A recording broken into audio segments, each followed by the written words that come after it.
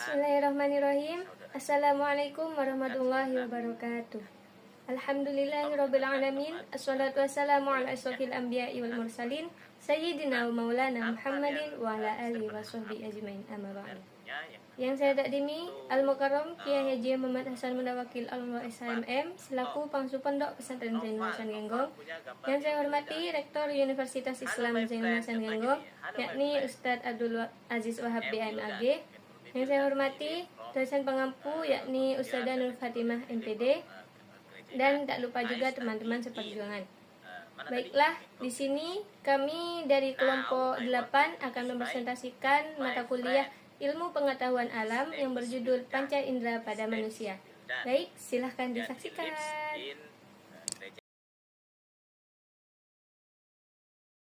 Nah, yang A itu adalah pengertian panca indera, yang dimana itu panca indera itu adalah alat-alat tubuh yang berfungsi mengetahui keadaan luar. Alat indera manusia itu sering disebut panca indera, yang dimana karena terdiri dari 5 indera. Yang pertama itu indera penglihat, yaitu mata. Yang kedua indera pendengar, yaitu telinga. Yang ketiga indera pembawa atau pencium, yaitu hidung. Yang keempat itu indera pengecap atau lidah. Nah, yang terakhir itu adalah indera peraba, yaitu kulit. Nah, yang B itu adalah macam-macam panca indera, yang dimana yang pertama itu indera penglihat, yaitu mata. Nah, mata itu merupakan indera penglihat yang sangat kompleks. Nah, tidak hanya terdiri dari bola mata, tetapi juga didukung oleh bulu mata, alis, dan kelopak mata. Nah, organ ini itu berfungsi menangkap cahaya, warna, serta bentuk benda, sehingga itu memungkinkan manusia untuk melihat dengan baik. Baik, selanjutnya yaitu indera pencium atau hidung. Hidung merupakan organ penting yang menonjol di wajah vertebrata, yang berfungsi sebagai saluran pernafasan, dengan menyaring, menghangatkan, dan melembabkan udara, sekaligus berperan dalam resonansi suara.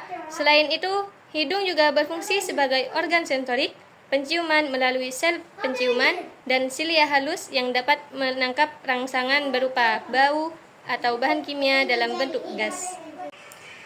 Selanjutnya yang nomor 3 yaitu indera pendengar atau telinga. Telinga merupakan organ pendengaran sekaligus penjaga keseimbangan tubuh. Setiap vertebrata memiliki sepasang telinga yang simetris, berfungsi mendeteksi gelombang suara serta membantu orientasi tubuh. Meskipun telinga menangkap suara, proses pengenalan dan penafsirannya dilakukan oleh otak melalui saraf vestibulocochlearis. Nah, yang keempat itu adalah indera peraba, yaitu kulit. Nah, kulit itu merupakan indera peraba yang berfungsi merasakan sentuhan, suhu, dan nyeri, dengan bagian paling sensitif terhadap pada ujung jari dan bibir. Nah, untuk yang kelima yaitu indera pengecap, yaitu lidah. Lidah itu merupakan kumpulan otot rangga di dasar mulut yang berfungsi penting dalam pencernaan dengan membantu mengunyah, menelan, serta membolak-balikan makanan. Nah, selain itu, lidah itu juga berperan dalam berbicara, dan sebagai indera pengecap itu melalui tunas pengecap yang terdapat pada papila terbentuk benang, jamur, dan dataran berparit di permukaan. Selanjutnya yaitu bagian-bagian panca indera. Bagian-bagian panca indera yang pertama yaitu bagian-bagian mata, yang terdiri atas kornea, iris dan pupil, lensa, retina, syaraf optik, cairan aqueous, dan vitreous humor. Yang terakhir yaitu sklera dan koroid. Setelah bagian-bagian mata, lanjut kepada bagian-bagian hidung atau indera penciuman. Yang pertama yaitu lubang hidung dan rambut hidung yang berfungsi untuk menyaring debu atau kotoran. Yang kedua yaitu rongga hidung dan selaput lendir yang berfungsi melembabkan udara dan menangkap molekul bau. Yang ketiga yaitu reseptor penciuman atau olfaktori yang berfungsi sebagai mendeteksi bau. Yang terakhir yaitu syaraf olfaktori yang berfungsi sebagai mengirim sinyal bau kepada otak. Nah, untuk yang selanjutnya itu nomor 3, yaitu bagian-bagian telinga. Nah, bagian-bagian telinga ini ada 3 bagian, yaitu bagian telinga luar, bagian telinga tengah, dan bagian telinga dalam. Nah, bisa kalian lihat sendiri di sini. Ini adalah gambar bagian-bagian telinga yang dimana pertama itu daun telinga, yang kedua saluran telinga, dan yang keempat tulang murnil atau partil yang pertama.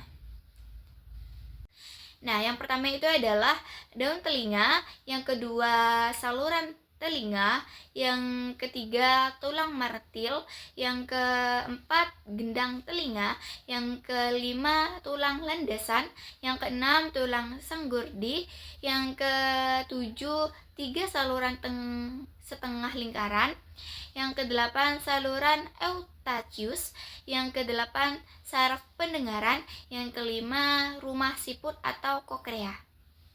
Nah, yang selanjutnya itu adalah nomor 4, yang dimana itu ada bagian-bagian lidah, yang dimana bisa kalian lihat sendiri pada gambar tersebut. Di situ ada bagian-bagian lidah, yang dimana sebelah kiri itu terdapat celah ujung, lalu tubuh lidah, dan yang sebelah kanan itu ada amandel lidah, amandel langit-langit tenggorokan, jendela buntu, dan celah lidah.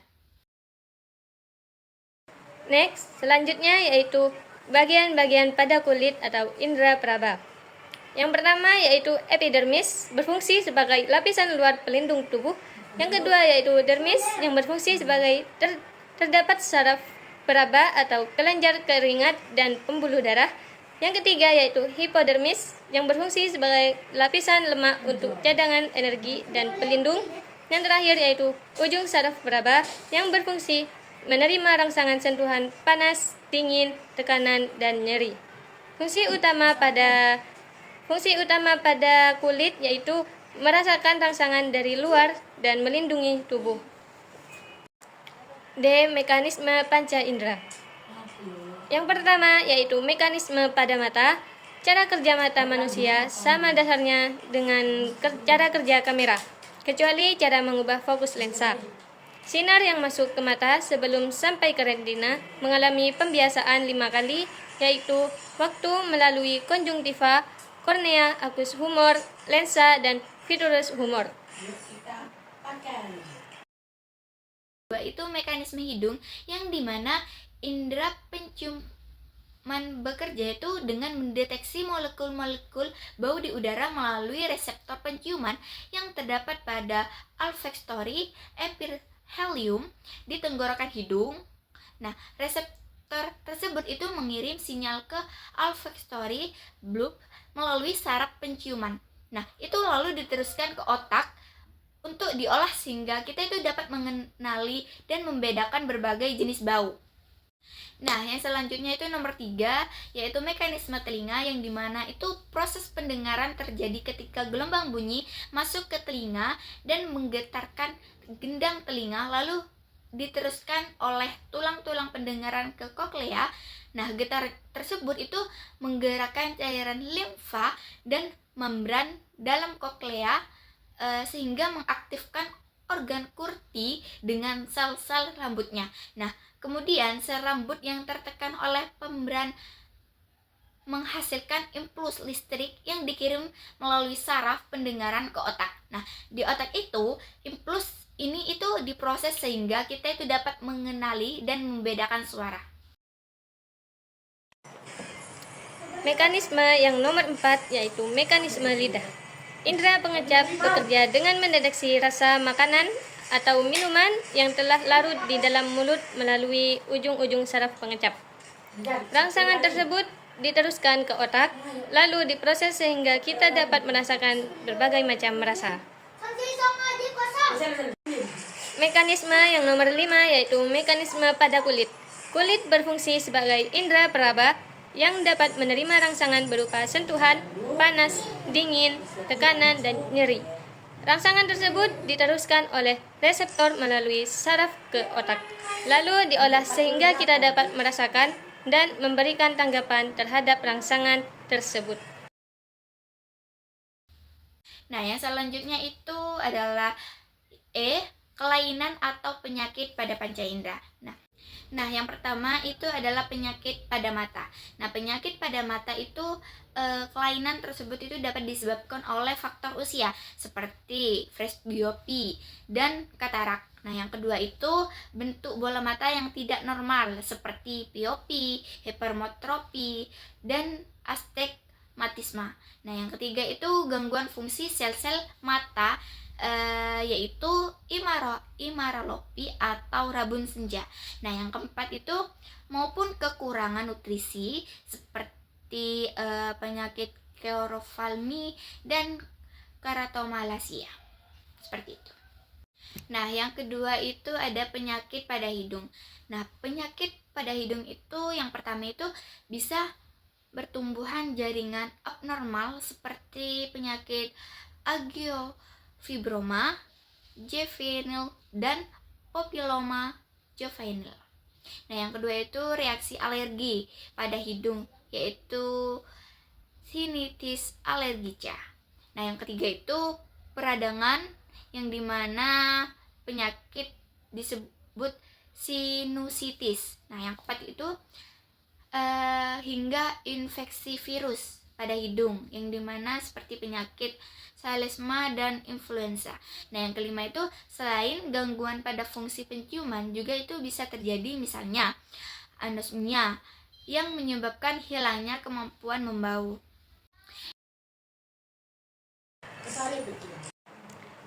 Yang ketiga yaitu penyakit pada telinga. Telinga sebagai organ pendengaran dapat mengalami berbagai gangguan, mulai dari ketidakmampuan mendengar atau tuli, infeksi atau cengkeh, otitis eksternal, perikondritis, peradaban kulit atau eskim, sehingga cedera yang dapat mengubah bentuk telinga atau telinga bunga kol. Selain itu, telinga juga bisa mengalami pertumbuhan jaringan abnormal berupa tumor jinak maupun ganas atau kanker. Yang nomor 4 yaitu penyakit pada lidah. Makanan atau minuman yang telah berupa larutan di dalam mulut akan merangsang ujung-ujung saraf pengecap.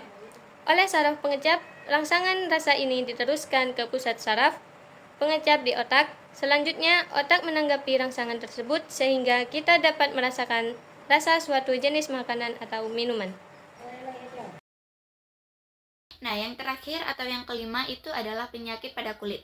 Nah, penyakit pada kulit itu salah satunya jerawat. Nah, itu dipengaruhi oleh hormon dan kulit berminyak atau kotor. Nah, yang kedua itu adalah panu dan kadas, itu disebabkan oleh jamur. Nah, yang ketiga rabies. Nah, itu disebabkan oleh parasit dan dapat menular. Nah, yang keempat itu adalah eksim yang berupa peradangan kulit yang kronis, biang keringat, dan akibatnya itu tersumbat kelenjar keringat. Akhirnya bisa membuat penyakit eksim. Nah, segitu saja yang bisa saya jelaskan tentang segitu saja yang bisa saya jelaskan tentang panca indera. Mungkin ada yang bisa dipertanyakan. Nah, segitu saja yang bisa saya sampaikan dalam terkait materi panca indera. Jika ada salah, mohon maaf. Wallahul muwaffiq ila aqwamit thoriq. Wassalamualaikum warahmatullahi wabarakatuh.